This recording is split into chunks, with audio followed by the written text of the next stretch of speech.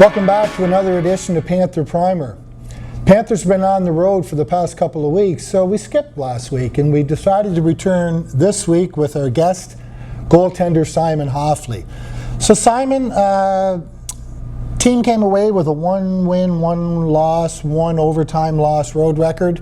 Last night you made your way into St. Mary's, and after taking it on the chin here a couple of weeks ago, the team would have to be pretty pleased with how they performed, but maybe a little bit disappointed in terms of how that last game went last night. Yeah, I mean, the 8-2 loss definitely has something to do with it. I think in the back of all of our heads was that game, but not only that, but also the fact that we played so well in that first period when we came out, and then after that we lost 8-2, right? So I think that was a playing factor in last night. I think we did the same thing as the game before in the first period. We had a great first period. It was a shame how the game ended in overtime and how they came back in the third period, a couple of bad bounces. Yep. At the end of the day, though, all you can really say after that, especially as a goalie, is it is what it is. Sure. You know, you just got to move on to the next game. Right on. So, Simon, you're one of 2 players on the team that has NCAA experience. Of course, Owen Hedrick played a little bit of a stint in Lake Superior. You yourself played at Canisius College. For those of viewers who may not have any idea where Canisius College is, can you tell us a bit about where it is? Absolutely. How you got there, and ultimately how you ended up at UPI? For sure. Well, for starters, my junior hockey career, where I got chosen to go to Canisius recruited from, was in Flin Flon, Manitoba. I played in the Saskatchewan League, though. Okay. And so that's where they recruited me from. Canisius College is it's about 5 minutes from downtown Buffalo, New York. Oh, okay. It's a small school, sort of like UPI, just in a bigger city. Plays in the Atlantic Conference too, in NCAA. Again, not a very well-known conference. No, it's actually the newest NCAA conference for Division I. So they play against teams like Robert Morris, Air Force, Army, Rochester Institute of Technology. Okay.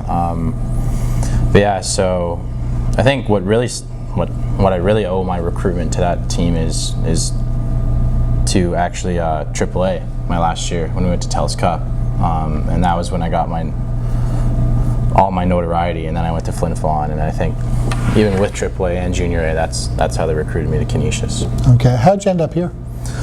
So here, I wasn't playing much my last year in Canisius, and I figured that I didn't want to be there anymore, and I tried youth sport out, and I come back to Canada, to my roots.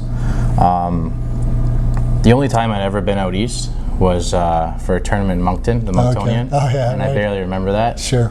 So I said, you know, if there's a team from the east that offers me an opportunity, I'm going to take it. Okay. And Forbes McPherson was probably the second coach to reach out to me. Okay. I think I emailed more than a dozen schools in Canada. Right. And he got back to me within like 3 hours. Good. So yeah, so that was pretty good. Quick. Fishing skills. Yeah, exactly. I could say. But no, so I think it was a no-brainer after he contacted me. I gave it a week to think about, and it was an easy decision. Awesome. So, Simon, you have had a pretty good, in spite of 2 losses against UNB, you've had some pretty good success against them. A couple of weeks ago, you were the Subway Athlete of the Week in a 3-2 loss against UNB. The other night, you faced 46 shots in a 52-shot barrage, and you were pretty good. What is it about playing the Reds that sort of brings out the best in you? Well, I think it's the same that could be said for anybody else, especially as a goalie. You know a team with that many national championships is going to come out hard, and you're going to get a lot of shots and a lot of grade A scoring opportunities against you, right? So I think that hype kind of helps you a little bit, right? Sure. And especially in the first period, you know, I'd rather get 15 shots than 5. Yeah.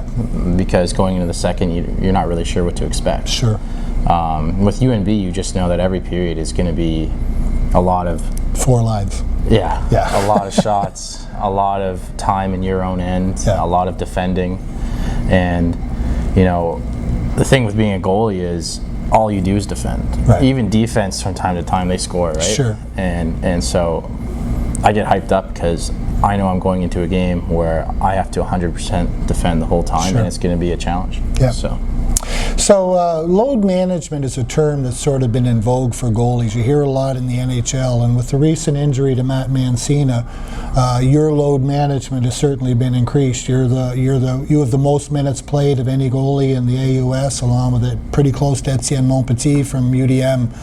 So I guess I'd kind of ask the question, how are you handling the load, and do you feel that's something that you'll be able to sustain for the rest of your time? Absolutely. I think the way I look at it is my last 2 years at Canisius, I didn't play much, and so now I'm getting to play pretty well every game, right. And so I guess it cancels out, so I'm not going to be tired because I had 2 years off. And who doesn't like to get the mantle Exactly. and run for two, right? I mean, as a goalie, like, sure. You're always shooting to be the starter. Yeah. Nobody really wants to be the backup. No. And it's just going to be another challenge that I look forward to. So. Good. Well, be ready for it.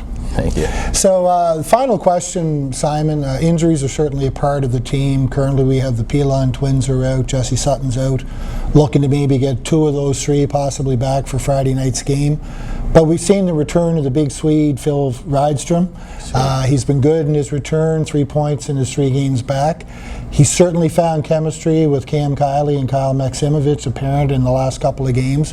What sort of impact do you think having someone like Phil back in the lineup brings to the Panthers? Well, I think there's 2 things with Phil, 2 factors that he contributes to. Number 1 is energy. The whole team feels it before the game, on the ice, and after the game. He's definitely just somebody who brings energy. I think that's why he has an A on his jersey. Yeah. And the second thing is face-offs.